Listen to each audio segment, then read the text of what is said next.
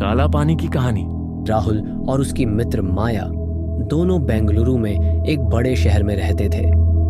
राहुल एक युवा पत्रकार था और माया एक फ्रीलांस फोटोग्राफर। एक दिन राहुल ने माया से कहा, मुझे एक खतरनाक और रहस्यमयी जगह पर जाने का मन है। माया ने उसकी बात को हल्के में लिया, लेकिन राहुल ने उसे काले पानी की झील के बारे में बताया, जो शहर के बाहर एक घने जंगल में स्थित थी। कहा जाता था कि यह झील एक पुराने मंदिर के पास स्थित थी, जहां पिछले कई वर्षों से कोई भी नहीं गया था। एक दिन वहां के ग्रामीणों ने बताया था कि कोई रहस्यमयी शक्ति वहां निवास करती थी, जो भी वहां जाता उसे वापस लौटने नहीं देती थी। माया ने राहुल से कहा, तुम सच में पागल हो। तुम जानते हो कि ये सब सिर्फ अफवाहें हैं, लेकिन फिर भी चलो, एक बार चलते हैं। राहुल और माया ने एक सप्ताह के लिए यात्रा की योजना बनाई।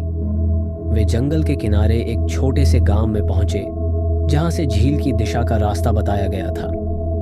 गांव में किसी ने भी काले पानी की झील के बारे में खुलकर बात नहीं की, लेकिन हर किसी की आंखों में एक डर था। जैसे ही वे जंगल में घुसे, एक अजीब सी खामोशी फैल गई। पेड़ बूझों का घना अंधेरा था और हवा में एक अजीब सी ठंडक। कुछ ही घंटों में वे झील के पास पहुंच गए। झील का पानी काला था और उसमें कुछ विचित्र सी हरकतें हो रही थीं। माया ने अपनी कैमरा निकाली और तस्वीरें लेना शुरू किया। राहुल ने उसे मना किया, माया, मुझे अच्छा नहीं लग रहा है, हमें यहाँ से लौट जाना चाहिए। लेकिन माया ने उसकी बातों को नजरअंदाज करते हुए झील के पास जाकर तस्वीरें खींची। जैसे ही उसने एक तस्वीर खींची, अचानक झील में हलचल होने लगी। दोनों ने देखा कि पानी में कुछ उभर रहा था, एक कटा फटा चेहरा जो पानी में तैर रहा था। क्या तुमने देखा? माया चिल्लाई। ये क्या था? राहुल डर के मारे कांपते हुए बोला, माया, हमें यहां से निकलना चाहिए। लेकिन माया ने कैमरा चेक किया और जब उसने स्क्रीन पर देखा तो उसकी आंखों से आंसू बहने लगे। कैमरे में किसी भी चेहरे की कोई छाया नहीं थी। झील पूरी तरह शांत थी, जैसे कुछ भी हुआ ही नहीं। अचानक माया के हाथ से कैमरा गिरकर झील में गिर गया। मुझे इसे वापस चाहिए, माया बुरी तरह चिल्लाई और झील की ओर दौड़ पड़ी। राहुल ने उसे रोकने की कोशिश की, लेकिन माया ने उसकी बात नहीं मानी। वह झील में पैर रखते हुए धीरे धीरे पानी में चली गई। राहुल ने उसे आवाज दी, लेकिन माया ने कोई जवाब नहीं दिया। अचानक माया का शरीर पानी के अंदर उधड़ने लगा।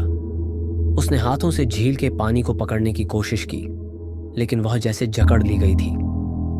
राहुल घबराकर झील के पास पहुंचा, लेकिन जब उसने माया को खींचने की कोशिश की तो अचानक माया की आंखें खोल गईं। लेकिन वे बिल्कुल सफेद थीं, जैसे वह किसी और दुनिया से हो। माया ने राहुल की तरफ देखा और बोली, तुम अब कभी वापस नहीं जा सकोगे। राहुल चिल्लाया, माया, क्या हुआ?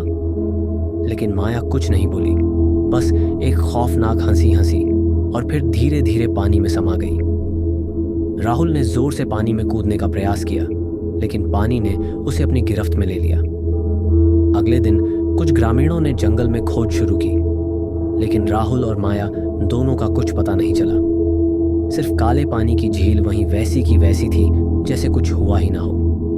कहा जाता है कि जब भी कोई उस झील के पास जाता है, वह किसी के अंधेरे और रहस्यमयी जाल में फंस जाता है, और काले पानी के अंदर जो कुछ भी है वह बाहर नहीं आ सकता और न ही किसी को वापस लौटने देता है। वह झील अब भी किसी को अपनी ओर खींचती है, और लोग कहते हैं कि यदि तुम उस झील के पास गए और कुछ रहस्यमयी शक्तियों का सामना किया, तो तुम भी कभी वापस नहीं आ पाओगे।